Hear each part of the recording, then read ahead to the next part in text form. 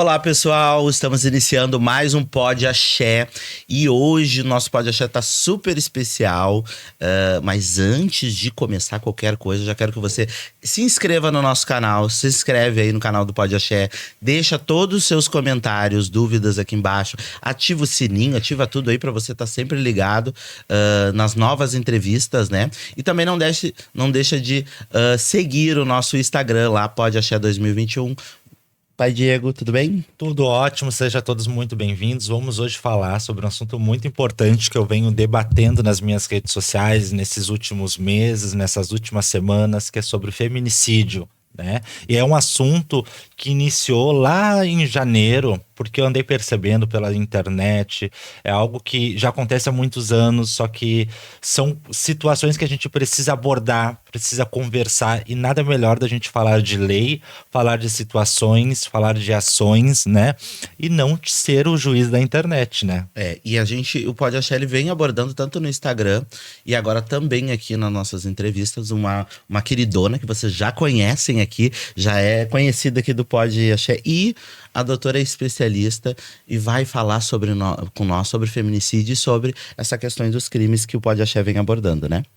Isso aí, seja muito bem-vinda, doutora Thaís. Eu que agradeço o convite de estar aqui novamente com vocês para falarmos então desses temas que são bastante discutidos no ambiente virtual, mas que também nos tocam na medida em que a gente sempre conhece alguém ou tem alguém próximo da gente que passa por situações desse tipo, né?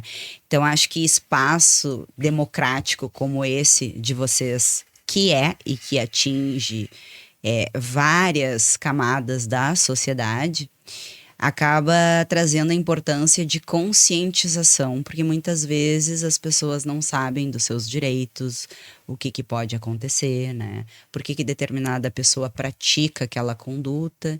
Então, parabéns também, né? Pela escolha do tema e por oportunizar esse momento aí para todos. E falando já deste tema, né? A doutora Thaís, ela é especialista na área criminal, isso? Isso. Né? A doutora Thaís também, ela tem um escritório localizado, seria? Na Carlos Gomes. Na Carlos Gomes. Então, doutora... E ela tem um Instagram também. Também tem.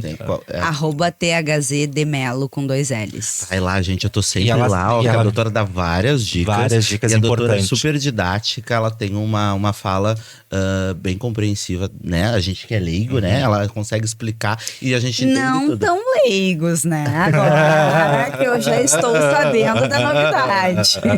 Sim. Estudantes de direito, futuros colegas aí, né? Futuros colegas. E agora a gente trazendo a doutora aqui. Então vai lá no Instagram, gente, como eu disse, segue ela lá e acompanhe, que vocês vão entender que nem eu. E vocês que são estudantes também é maravilhoso. E se não entender, pergunta que eu respondo. Aí, ó, viu? Então, Entendeu? doutora, a gente já quer entrar nesse assunto de feminicídio, né? Tá. Nesse assunto que é muito delicado e que muitas mulheres passam. Eu já quero iniciar falando nesse caso, num caso que eu coloquei, que eu vi na internet, eu compartilhei no Pod Axé, tá? De uma mulher que foi violentada, ela apanhou, foi espancada do marido, procurou a delegacia, né? Ali ela está roxa, está machucada, com vários hematomas. A polícia prende o esposo dela nessa situação, mas nesse exato momento ele sai pela porta da frente por ter pago ali uma fiança, né? Pela lei, uma violência contra a mulher, um caso de quase uma tentativa, porque isso, acho que se der um soco num local errado pode acontecer alguma coisa, né? Enfim, a pessoa pode sair pela porta da frente.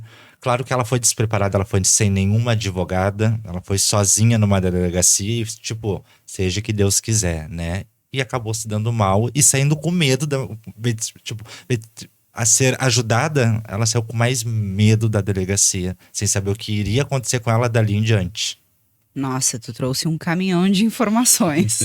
Vamos respirar e vamos por partes. Hoje em dia, a internet tem possibilitado que a gente tome acesso, contato com muitos casos que normalmente nós não teríamos, né? Isso, por um lado, é muito positivo, porque permite que a gente faça esses diálogos. Antigamente, a gente ficava muito com os casos dos livros, né? Porque não tínhamos tantas condições que temos hoje a partir da tecnologia e do acesso à internet. Mas, por outro lado, às vezes isso acaba trazendo prejuízo, sobretudo para quem responde a um processo criminal, que muitas vezes acaba sendo antecipadamente julgado por conta do fator imprensa. E a gente já sabe de antemão que a pessoa vai sair condenada, né, por conta da repercussão. Mas o que é importante a gente começar assim a delimitar sobre o feminicídio? O feminicídio é uma alteração legislativa relativamente recente, né, de 2015, onde ela alterou o artigo 121 do Código Penal, que é o crime de homicídio, matar alguém. Quando foi feita essa alteração legislativa, nós temos lá um homicídio simples com pena de 6 a 20 anos. Se ele for um feminicídio, o feminicídio é uma qualificadora quando acontece essas questões relacionadas ao gênero, né? A morte de mulheres em razão da condição especial de ser mulher, enfim, e tudo que envolve as questões de gênero. E aí a pena aumenta. Como ele é uma qualificadora, ele aumenta a pena. E a pena passa a ser ali, podendo chegar até 30 anos, né? Isso é o que diz a lei. Mas no plano prático, isso pode ser maior ou menor. Depende do caso concreto. Então, situações como essa que tu traz, da mulher ir desacompanhada de advogado na delegacia, para fazer a informação de um fato, primeiro a gente tem que entender que é possível que a mulher faça isso, vá desacompanhada, tá? Mas os advogados normalmente aconselham que a pessoa possa falar com um colega, né? Pelo menos para ter algum esclarecimento. Pode, porventura, ir desacompanhada, mas pelo menos entender o que está acontecendo com ela, né? Como é que ela vai comunicar isso? Quais os direitos que ela tem também. Exato, para a autoridade policial. Porque muitas vezes acaba havendo uma falta de compreensão, vamos dizer assim, por parte de quem está atendendo essas mulheres. E aí, muitas vezes, a forma como a mulher está comunicando, o jeito dela de falar, aquilo que ela fala para a autoridade policial pode não ser compreendido da forma como ela vivenciou. Por isso que é importante que ela esteja acompanhada ou, se não estiver, pelo menos tenha consultado um especialista para que ela possa compreender o seu caso. E aí o que acontece? Esse fato de ir desacompanhada, e depende de quem está atendendo, como ela se expressa, a gente tem que entender que a violência doméstica e familiar contra a mulher, ela atinge todas as classes sociais. E as pessoas não se comunicam da mesma forma. Então, isso pode acarretar um certo prejuízo se ela tiver alguma dificuldade. Muitas vezes até uma dificuldade cognitiva, né? Que pode implicar nesse tipo de situação. Então, dependendo daquilo que é dito, da forma como ela se expressa e como isso é interpretado pela autoridade policial, pode acabar ocasionando situações desse tipo aí, da pessoa sair livremente. Mas nós temos que pensar também que nem tudo nessa vida vai ser resolvido através do direito penal e nem tudo vai ser resolvido através de prisão. Muitas vezes as pessoas têm o anseio de ver a pessoa presa, mas tem situações específicas que não cabe a prisão, ou também que até caberia, mas existe outra forma do Estado conter esse agressor, conter esse ofensor. Porque nós tivemos alterações legislativas no nosso Código de Processo Penal que traz as medidas cautelares diversas da prisão. Ou seja, ao invés de eu manter a pessoa presa, eu deixo ela em liberdade, mediante algumas condições. Ou seja, a pessoa vai acabar firmando um compromisso para que não seja imposta a prisão. Via de regra, a mulher pode solicitar uma medida protetiva e, se ela for deferida, esse ofensor ele pode não ser imediatamente preso, mas ser comunicado. Olha aqui, ó, não te aproxima. Não chega perto. Fim da linha aqui pra ti. Se o cara, mesmo assim, mesmo sendo notificado pelo Estado que ele não deve se aproximar ou manter contato, daí vai depender do que vai dizer a medida protetiva, e ele descumpre, bom, daí ele tem dois problemas. Que o descumprimento, ele constitui um outro delito, e outra, que também é uma alteração legislativa, que decorre ali depois da feitura da Lei Maria da Penha. Nós temos diversas já ao longo dos anos. E também a possibilidade de decretar a prisão preventiva. Então, teríamos que ver exatamente por que aconteceu isso. Estou falando de forma mais ampla para que as pessoas possam entender melhor por que acontece esse tipo de situação. E também, assim, ó, falando para as Me pessoas, cortem, né? que eu falo demais. Não tem problema. E a gente tá conseguindo entender. As pessoas também acham que a Lei Maria da Penha, por muito tempo, ainda é muito difícil de ser entendida, né? Até antes do feminicídio, até hoje, acho que as pessoas acham que a Maria da Penha serve para todas as situações, para todas as agressões a mulheres. E não, né? Se um homem tá caminhando na rua, ele não conhece aquela mulher, ele vai lá e agride ela, pode-se recorrer à Maria da Penha ou não? É que a Maria da Penha, ela é destinada para mulheres vítimas de violência doméstica que tenham um contexto de ambiente familiar, né? Daquilo que acontece no ambiente doméstico. Ou quando há alguma situação que envolva relações afetivas que as pessoas tiveram, né? Que a maioria dos casos, quando há o rompimento da relação. Término. Então, não é para toda e qualquer situação. Uma mulher é agredida na rua, se houve uma lesão corporal. Não configura a Maria da Penha.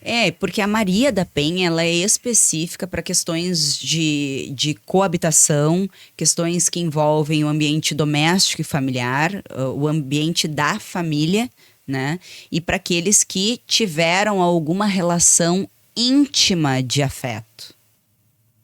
Então, se não é essa característica, não é que a pessoa vai sair impune, tá? Sim, é que daí tu aplica outras regras para essa pessoa. E como ficou muito popular a Maria da Penha entre si, e os relatos, todo mundo acha que qualquer tipo de agressão à mulher ou qualquer situação dessa natureza se aplica a Maria da Penha. Sim, é comum as pessoas fazerem registro e solicitarem medida protetiva de urgência, mas não se enquadrar na Lei Maria da Penha e tem deferida a medida, né, negada, por conta disso. E falando em Maria da Penha, neste caso, vamos falar de uma situação que foi que o jogador Neymar passou numa época se envolvendo com uma mulher, se foram para um quarto e ali te lembra que ele acaba sendo meio que preso, deu toda aquela noticiário, Neymar agride. Até ali ele foi muito julgado, né? Ele foi quase que condenado pela internet e tinha um vídeo. A sorte é que ele tinha feito uma gravação. Isso. Porque eu acho que por ele ser uma figura pública, notoriamente pública, ele já deve ter se antecipado, né? Ter tido uma cautela, eu acho, né? Que algumas pessoas têm nessa situação, tá? Mas o que tu ia perguntar? Que nesse caso aí, ela chega a procurar a tal da Lei Maria da Penha, agressão, tenta prejudicar ele, e nesse exato momento ele é julgado por ser uma figura pública, até tu comprovar, até tu né, literalmente, mas daí ele consegue comprovar através de um vídeo que aquilo ali que ela contou, aquilo ali que ela comunicou numa delegacia, não era bem assim. Neste tipo de situação, houve uma mentira. Tá, é que assim, ó. Quando a gente fala de violência doméstica, tem 2 delitos basicamente, tá? Um que não é pauta hoje, mas eu vou trazer já que tu tá trazendo essa questão. Abuso sexual e violência doméstica. São 2 situações dentro do nosso país que normalmente acontece na clandestinidade. Ou seja, ninguém fica sabendo. Tá entre 4 paredes, no dito popular. Consequentemente, quem que pode dizer se aconteceu ou não? A vítima e aquele que está sendo responsabilizado. Porque só os 2 viveram o episódio. Sim. Né? E aí, o nosso país, ao longo do tempo, conforme inúmeras decisões judiciais que se transformam lá através de recursos e discussões em jurisprudência, a gente percebe que considera em muitas situações a palavra da vítima como único meio de prova, inclusive para condenar. Quando não há outra forma de trazer elementos suficientes ali de convicção que falem o oposto, né? No caso que tu tá trazendo, teve a palavra da vítima. Esse caso tem alguns anos, tá? Eu não me lembro exatamente os detalhes dele. Mas havia a palavra da vítima e, em contrapartida, havia um vídeo. Então, ali o vídeo, pelo que eu me recordo, ele seria contrário à palavra da vítima, né? Sim. Então, Ali como se fosse no vídeo, dá pra entender que ela pede que ele bata nela. Que ele agride ela. eu não lembro. Mas não teve nada de agressão, não teve nada de abuso. Até no vídeo ela tenta forçar, assim. Forçar a situação, né? Porque tá sendo gravado, tá... Ela não sabia. Ela não sabia. Não sabia? Ela não sabia. Ele sabia. Pelo que eu me recordo, ela tem toda a situação ali e ele filma de forma escondida, assim. Pelo que Mas continuando nesse assunto, neste caso, né? A gente sabe muito bem que a gente vive num Brasil que já aconteceu de mulheres mentir que foram agredidas. Sim, o mau uso da lei. De se ir pra delegacia. Mas isso não está relacionado ao sexo, à mulher. Existe pessoas boas e ruins, criminosas. sim. Não, isso, mas o que eu quero abordar nesse assunto, essa pessoa que vai para uma delegacia para mentir, para né, prejudicar uma pessoa, ela pode responder. Qual é o crime? Sim. É o crime que ela comete. Nós temos 2 situações. Isso aí é muito bem lembrado, observado por ti.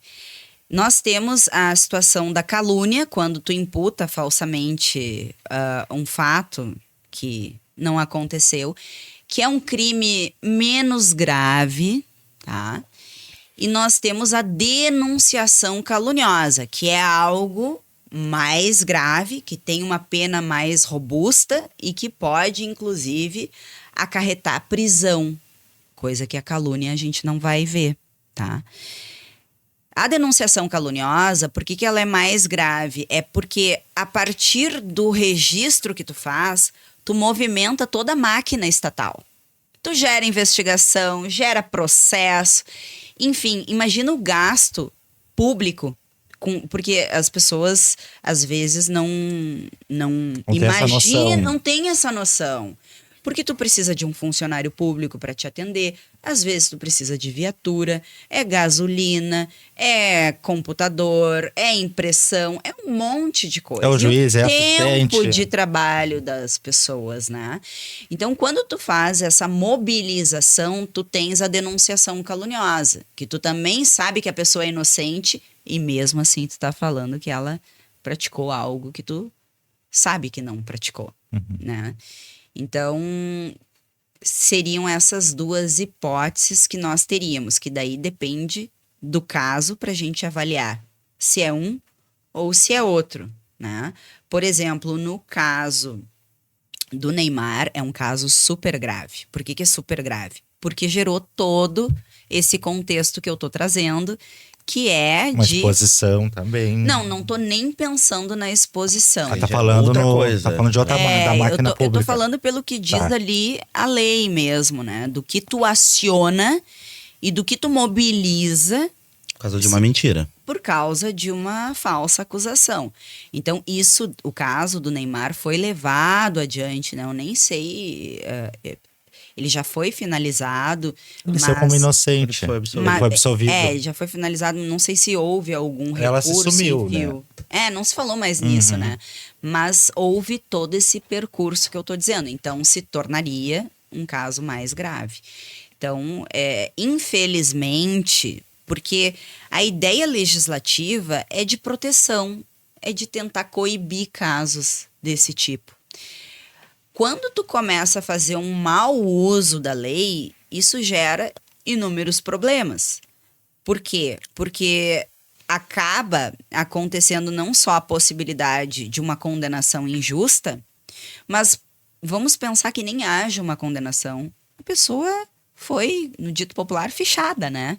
Isso tem repercussão na vida da pessoa. Sim. Então a gente não pode também deixar de observar isso. E acaba causando um certo descrédito. A justiça, né? Porque a ideia é tu acionar quando aquilo é importante, Sabe que quando eu vou- aquilo é necessário. E falando nesse assunto aí, né? E não são poucos casos. Bruno. É porque Não. hoje, Aí é que tá, de esse é o alguma problema. forma, virou moda, parece, né? Que tudo... É processo. não que tudo seja... que hoje a gente tem mais informação, hoje a gente consegue... Mas também tem gente usando O judiciário. o direito, usando, né? Pra coagir a outra pessoa, pra...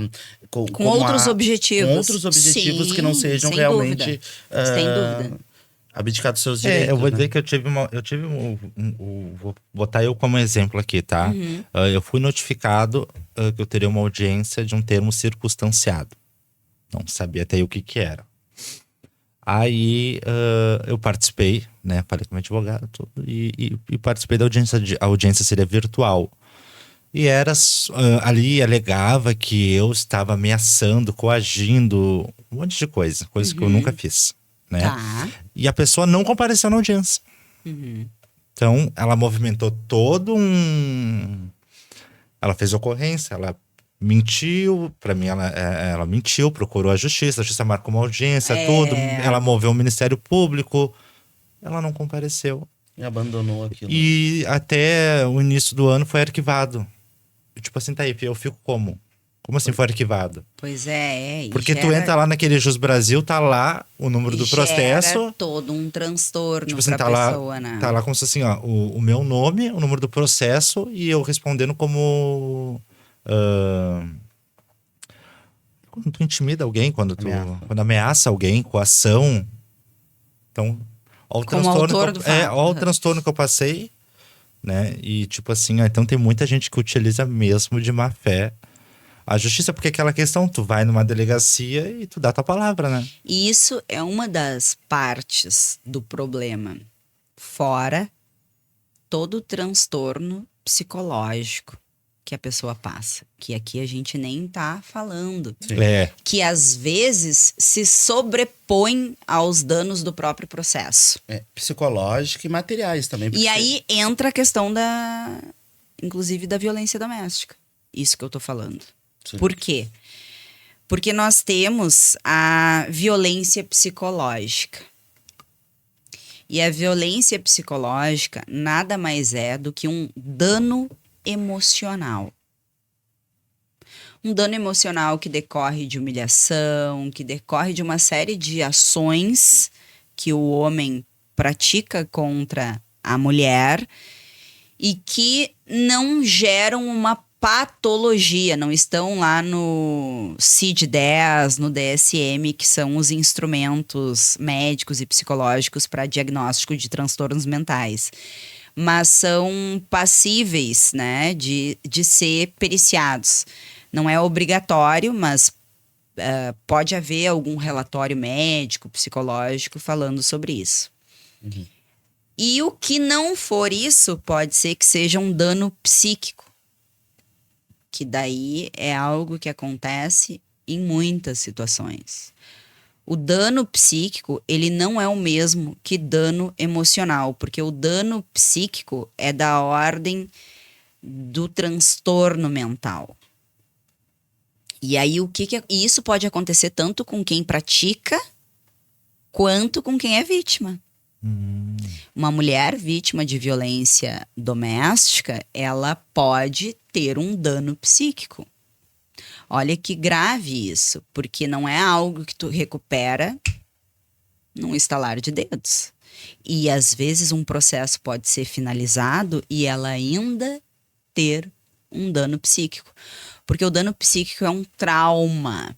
E como ele acarreta o desenvolvimento de um transtorno mental, exemplo, transtorno do estresse pós-traumático, o TEPT, tá? Mulher é agredida sistematicamente, daqui a um pouco não consegue ir pra rua, não consegue se relacionar, vai para ambientes públicos e senta de forma protegida, cuidando das costas, e isso passa 1 ano, 2 anos, 3 anos, terapia e muita... Então, nós temos uma violência traumática, tá? Isso pode ser uma violência que não esteja na lei, tá? Pode ser uma violência do cotidiano. Exemplo, eu posso ver alguém sofrer um assalto e ficar traumatizada porque está acontecendo na minha frente. Eu não fui vítima, mas eu estou... Vítima direta, né? Sim. Mas indiretamente eu posso estar sofrendo os reflexos disso. E Então, no isso caso desse transtorno pós-traumático e da pessoa ficar traumatizada, a mulher sofre a violência, tá? E aí ela sofre aquela violência e ela tem um transtorno, tem problemas psicológicos e ela comete aquela violência. Neste caso, é possível se responsabilizar a pessoa que tá com esse transtorno pós-traumático por cometer... A mulher foi vítima. Não é exatamente... foi um outro caso, né? Tá. Foi um caso de... Porque daí a gente vai lá pro abuso, né? Mas vamos supor assim. Um adulto abusou de um adolescente, tá? Tá. E aí o adolescente foi abusado pelo adulto. Esse adolescente abusa de uma outra adolescente ou de uma outra criança. Pelo trauma, pela aquela... Entendi. Quem que ser responsabilizado? Porque começou... Se não fosse esse adulto ter essa... iniciado esse crime, que é realmente ali a cabeça criminosa, né? Talvez essa criança não tivesse passado por isso e não tivesse reproduzido isso. Esse adolescente, né, reproduzido isso. E como que, juridicamente, quem é penalizado nessa Olha situação? só, é interessante isso que tu tá trazendo, porque inclusive existem estudos, né, que dão conta de dizer, não que isso seja uma regra, tá, mas que é possível, que acontece e não são em poucos casos. As pessoas que são vítimas de violência ou estão naquele contexto, por exemplo, o filho que vê a mãe sofrendo a violência e pratica no futuro, quando cresce, se desenvolve, ou às vezes a pessoa não necessariamente vai praticar, mas ela pode se envolver em relações tóxicas. Também. Porque aquilo era o ambiente dela de desenvolvimento, de crescimento, né? Só que no direito penal, a gente só pode ser punido pelo que a gente fez. Então, se eu sofri um trauma no passado porque alguém praticou algum crime no passado que não foi comigo, isso não tem a ver com... Embora tenha vínculo para o direito penal, a gente pode ser punido pelo que a gente fez. Então, se eu furtar o teu celular, eu posso responder por isso. Se eu for vítima de violência doméstica, o meu ofensor pode responder por isso. Mas uma questão mais pretérita, mais antiga, que tenha acontecido e que tenha gerado um trauma que me pode justificar a minha conduta. Pode até, inclusive... sendo bem elaborado em termos periciais, né, pode inclusive ser uma espécie de redução da pena quando o juiz for aplicar, lá quando ele fala do artigo 59 das condições judiciais para aplicação da pena. Mas a pessoa só pode responder pelo que ela fez, né? Então, Sim. isso extrapolaria um pouco, né? A questão. E também vamos agora, continuando nesse assunto, né, de lei e de... Falando de extrapolar, eu vi um assunto não, uma notícia, né, onde as mulheres estavam indo na delegacia da mulher aqui em Porto Alegre, né, e elas estavam voltando aquele assunto ali, precisa de é bom ser acompanhado, né, estavam chegando na delegacia, eu vi na notícia que elas estavam chegando na delegacia e não estavam conseguindo fazer ocorrência, porque o escrivão não queria fazer, eles indagavam como aquela mulher fosse uma bandida, né? E isso aí é verdade. E isso aí e isso aí é verdade, porque eu vi essa notícia na 0 Hora. E daí parece que abriu agora uma investigação para ver o que está acontecendo na delegacia. Só que isso aí é verdade, porque eu tive uma mulher que fazia faxina, limpeza na minha casa, tudo, e ela chegou em mim e falou assim, ó, a minha filha de 11 anos está sendo abusada pelo meu marido. E eu fiquei, tá, o que tu vai fazer? Ela disse assim, eu não sei, eu tô com medo de falar eu tô com medo de falar qualquer coisa, ou dele perceber que eu sei, porque ele me agride também. Na hora, o que eu fiz? Delegacia. Tu para tudo que tá fazendo aqui agora e tu vai pra delegacia. Tu vai contar tudo o que tá acontecendo contigo. E ela, tá, eu vou. E ela foi. Me volta ela da delegacia, eu tô chegando, porque eu falei pra ela, vai lá e volta aqui. Me volta ela chorando. Ela falou que foi, tipo assim, maltratada. Não quiseram fazer ocorrência. Ali eles alegam que a palavra dela, ela falou que... Como se fosse ela teria que ter um vídeo comprovando que a filha dela foi abusada. Não a palavra. Então eles não poderiam botar isso na ocorrência. Então ela voltou assim, ó... Destruída. Aham. Compreensível. O que eu fiz? Eu peguei ela e eu fui. Não, vamos voltar lá. Eu vou contigo. O advogado, né? Me fui lá. O senso da veia da justiça. A veia da justiça. Peguei ela e eu entro com ela, porque eles não deixam me ficar ali, só a mulher. E eu entrei, eu assim, ai deles me falar qualquer coisa aqui. E fiquei com ela na fila. E nisso, a escrivã olhou assim, meio que reconheceu ela, né? E perguntou o que seria. E eu expliquei o caso, né? E eu não saí daqui até fazer o boletim de ocorrência e dar a situação dela. Ela foi atendida assim, ó, conforme era pra ser atendida sozinha, sem precisar de eu estar junto, sem precisar...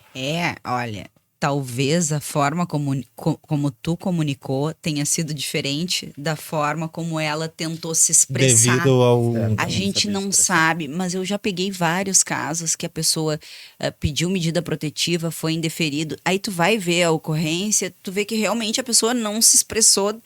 Ela te diz o que aconteceu, só que na hora da transcrição, tu vê que a forma como foi feito pela autoridade policial é um pouco diferente, às vezes até divergente do que a vítima relata. Então, isso pode ser um dos fatores. Mas olha só, o que a gente tem que entender? Que apesar da Lei Maria da Penha ser de 2006 não faz muito tempo. Para nós, parece que sim. Mas para o direito, as coisas demoram a acontecer. Se nós formos analisar, várias leis já alteraram a Lei Maria da Penha. Por quê? Porque a sociedade vai vendo o que vai acontecendo, o judiciário, polícia, tudo, e aí vão surgindo necessidades diferenciadas. Porque tem uma lacuna na lei, porque tu vê que na prática a coisa não está funcionando, e assim vão surgindo as possibilidades. E o que acontece? Muitas vezes... o profissional que atende a vítima, ele não está bem aparelhado tecnicamente. Ele não entende muitas vezes o que está acontecendo, né? Ele não tem... O que eu quero dizer? Capacitar é o seguinte, vamos trabalhar nós três na Delegacia da Mulher, vamos estudar violência de gênero. Vamos fazer curso e tudo mais. E às vezes tu tem alguém que é deslocado de uma outra delegacia que trata de outros delitos e que caiu de paraquedas ali. Então, tudo tem um tempo de maturação. As pessoas não saem sabendo de tudo automaticamente. E aí, por vezes, não é incomum a mulher sofrer uma violência quando ela tenta expressar que ela é vítima. Que tipo de violência? Violência institucional. Ela chega ali para registrar, é do cargo funcional daquela pessoa fazer o registro de um fato criminoso e ela deixa de, né? Já é tão difícil, às vezes, para ela chegar até Quer dizer que denunciar, né? Nossa! É uma lacuna enorme, porque ela precisa de coragem, ela precisa de apoio, ela não sabe como expressar, é o pânico, é o medo, ela não sabe o que vai acontecer depois. Eu tive situações que a pessoa levou mais de 2 anos para conseguir poder falar. Situações de pessoas que levaram, às vezes, 10 anos e não conseguem, sabe? Tem pessoas que até hoje podem estar até nos assistindo e que não falaram e não falam. E não vão falar. E não vão falar, né? E é isso que eu queria saber também. No caso, mesmo que a mulher não denuncie, né? E ela esteja sofrendo o crime, né? A violência, o companheiro ou a pessoa que está agredindo pode ser condenado, pode ser responsabilizado. Eu acho que tá querendo dizer se outra pessoa pode levar o conhecimento da autoridade policial. Isso. Às vezes mesmo vizinho que percebe. a própria vítima não faça a As- denúncia ou não procure ajuda. É o lembra aquilo que eu falei, que é um delito praticado normalmente na clandestinidade, entre 4 paredes? Normalmente, tem muitos casos que quem acaba levando ao conhecimento da polícia são os vizinhos, porque eles começam a perceber que aquilo ali é uma constante, ou às vezes nem é tão constante, mas está acontecendo e vê que a pessoa está ouvindo e entende que aquilo é grave, né? E leva ao conhecimento da autoridade policial. Também pode acontecer em situações desse tipo, sim. E acontece. Não é incomum. Sim. Não é incomum. Mas assim, falando às vezes que um escrivão não está preparado, né? Mas também já aconteceu da gente ir na delegacia, né? E tipo assim, a escrivã meio que querer dar o palpite na hora, mas daí ela fala assim, mas eu não posso dar meu palpite porque eu não estudei direito. Meio que querer falar sobre mas isso aqui é sobre o artigo tal. Não, mas eu não. Mas, tipo assim, eles. Um despreparo. Um despreparo, eu acho, dessa questão. Eu acho que teria que ter para quem vai se eleger um escrivão. Para quem vai trabalhar dentro de uma delegacia, tinha que ter um curso preparatório, especialmente para isso. Né? Existem alguns. Existe? Existem. E existe uma capacitação. E o Estado tem trabalhado fortemente nisso. Só que não vai ser assim, não vai ser 100%. Eu entendi também que aquela pessoa é um ser eu já humano vi que tá ali, situações né? da mulher chegar para relatar um episódio de violência doméstica e o policial atender e falar: "Tu aqui de novo?" Né? Sim. Então, assim, poxa vida, né? O que fez com que a mulher chegasse ali? Porque são tantas barreiras que a vítima ultrapassa para poder relatar o que ela viveu, que isso aí nada mais é do que fazer uma outra espécie de violência, né? Que é a violência institucional, que as pessoas podem sofrer. Mas olha só, sobre isso que vocês falaram, nós temos que considerar, surge a Lei Maria da Penha, na sequência o que surge? Delegacia especializada, não são todas as cidades que possuem. Então é uma coisa que 2006 pro direito foi ontem, porque até tu conseguir criar todo um mecanismo não é uma coisa simples. E na sequência o que veio? Os juizados de violência doméstica e familiar contra a mulher. Com o feminicídio, por exemplo, em Porto Alegre, nós temos uma vara especializada em feminicídio. Então, não vai para os outros casos das outras varas de crimes dolosos contra a vida. Vai especificamente separado. Eu acho que a gente teve, então, uma evolução. Claro, nós estamos tendo, ao longo dos anos, muitas e muitas evoluções. Vou te dar um exemplo. a questão do feminicídio. Nós temos uma alteração legislativa de 2023 que possibilita que as vítimas de mães que foram mortas, que sofreram o feminicídio, os filhos, né, ou dependentes até os 18 anos, recebam ali um auxílio do Estado financeiro, de um salário mínimo, né? Então, isso não tinha até 2023. O que se percebe? Se percebe que, normalmente, o pai abandonou ou foi negligente, Ou muitas vezes a criança acabou ficando sob responsabilidade da família materna.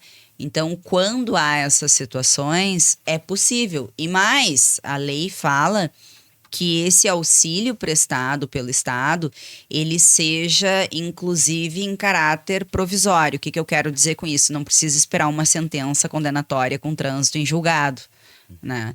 E aí, a partir do óbito da vítima, esses filhos ou dependentes, até os 18 anos, já teriam direito. Claro que não é um salário mínimo para cada filho, é conjuntamente ali, né, dos filhos. Mas já é ou alguma dependentes. coisa. Mas já é um coisa. avanço. E aí, se houver a confirmação, se, por exemplo, não houver a confirmação que aquela pessoa praticou o feminicídio, esses filhos ou dependentes, eles não têm que restituir ao Estado que eles receberam, eles só deixam de receber. Sim. Entende? Então, eu acho que é um avanço significativo. Falando em avanço, tá, e aí tem o feminicídio, tem todas essas... esse apoio que antes não tinha, lei e tudo. Mas também teve o crescimento também do feminicídio. O que a doutora acha que se dá essa... Olha só que interessante. As pesquisas, né? Quando a gente fala em crescimento, a gente tem que levar em consideração as mulheres já eram mortas. As mulheres são executadas pelos ex-companheiros há milênios. Não é a partir da alteração que cria a qualificadora do feminicídio que as mulheres passam a morrer. Então, muitas vezes, o que vai acontecer? Os dados estatísticos vão considerar feminicídio a partir da qualificadora. Porque antes nós não tínhamos. Não tinha nome para isso, né? Não se dava tinha nome. esse nome específico, né? Era o homicídio. E é ainda o homicídio, só que com a qualificadora do feminicídio. Então, nós conseguimos contabilizar dados de feminicídio a partir da inclusão da qualificadora. Porque daí, a partir dali, a gente tem o dado estatístico desse tipo. E aí, de ano em ano, tu consegue acompanhar a evolução, né? Se está crescendo, se está diminuindo, o que está acontecendo. E nós vemos que cada vez mais as mulheres são mortas no nosso país, né? Então, há um incremento, há realmente um aumento desses índices de violência. As mulheres são mortas e tudo, e o homem assassina muito mais, né? Vamos dizer assim, a mulher do que do que a mulher em si. Mas eu vejo que as séries... E isso é uma coisa pessoal, né? Eu vejo que as séries, elas que tem agora, tiveram todas essas séries de homicídios e de casos de repercussão, sempre foram das mulheres que mataram, né? E pelo menos as séries que tem agora da... Tu tá falando Netflix, essas isso, coisas? essas coisas, as séries, assim, nunca são... Tem vários casos onde homens cometeram a violência, onde homens cometeram o crime, mas na Netflix sempre tem aquela Elisa Samúdio, Matsunaga, Samúdio, Richthofen. É sempre o caso da mulher que mata, que fica famoso, né? Que tem repercussão. O do homem não. O do homem não tanto, né? Tá. Não, o homem tem sim. Mas a mulher é porque, historicamente, a mulher não é dada a praticar delitos. As mulheres, na década de 50, 60, 70, sobravam vagas no sistema prisional. Elas não eram muito presas. Por quê? Porque era difícil tu ter uma mulher em conflito com a lei. Quando isso acontecia, era porque ou ela sofreu violência doméstica uma vida inteira, e em um determinado momento ela executa o companheiro, ou porque ela acabava praticando infanticídio, por estar em estado puerperal, matava o próprio filho. Então sobravam vagas. Com a alteração da lei de drogas, a lei 11.343, de 2006 também, da mesma época da Lei Maria da Penha, se tem um incremento de mulheres presas. E hoje em dia, nós vivemos em um país que recebeu aí o 3º lugar no mundo de país que mais aprisiona mulheres. Nós perdemos para a China e para os Estados Unidos. Nós estávamos em 4º lugar e subimos um pouquinho. E nós falamos aí de um aumento extremamente significativo de mulheres presas. Então, por que quando a mulher ela é palco de um delito, e quando esse delito ele envolve uma morte, ela acaba tendo um destaque acentuado, né? Sim. Nós tivemos, por exemplo, recentemente, o julgamento do caso Miguel, onde a mãe e a madrasta foram condenadas, né, pelo homicídio dessa criança. Então, são coisas que a população muitas vezes não consegue compreender, abomina, porque a mulher tem uma figura de instinto protetor. Quando tu vê o inverso, a gente se choca. E aí acaba havendo essa repercussão.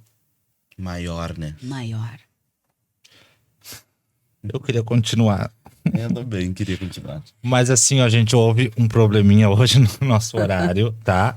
Mas assim, ó, a gente... Vamos ficar devendo 1 hora a mais. Vamos ficar devendo 1 hora a mais. E eu acho que a doutora aceita fazer. Ah, claro. Tá? E nós vamos... Deus 1 hora não, hora. 2 horas. A gente precisa abordar muita coisa, doutora. Tá. Eu ajudo, né, falando muito. Então nós vamos marcar agora. Já vou deixar aqui dito pra vocês, tá? Nossa próxima gravação vai ser continuação dessa aqui, tá? Porque a gente tem muita coisa pra abordar e da gente conversar, né? Sim. Então, agradeço já, doutora. Desafio aceito. Tá? E a doutora já disse aqui, ó, que ela vai estar junto, tá? A doutora já faz parte. É que a gente tem que encerrar esse episódio aqui, né? Mas na próxima gravação é a doutora que vai estar aqui com a gente abordando o mesmo assunto e vamos conversar. Mas se você quer mais assuntos, né? E outra coisa, já deixa vai no comentário. deixando nos comentários aí tudo que você quer saber. Os temas pra gente passar pra ela. As dúvidas. E se você chegou até o fim desse episódio, também deixa aí, quero mais, doutora Thaís. Não esquece, gente, de se inscrever no nosso canal. Se inscreve no nosso canal, ativa o sininho. Também segue lá no Instagram, Pode Axé 2021. E, gente, vamos estar esperando vocês aqui para a próxima entrevista, né? E para continuação, a parte 2. Então é isso aí. A parte 2 em breve já vai acontecer, tá, gente? Nós vamos abordar daí com tranquilidade, né? Tá bom. Muito obrigado, doutora. Eu que agradeço o convite. Até a próxima. Até a próxima. Um beijo, gente. Um beijo, tchau, gente.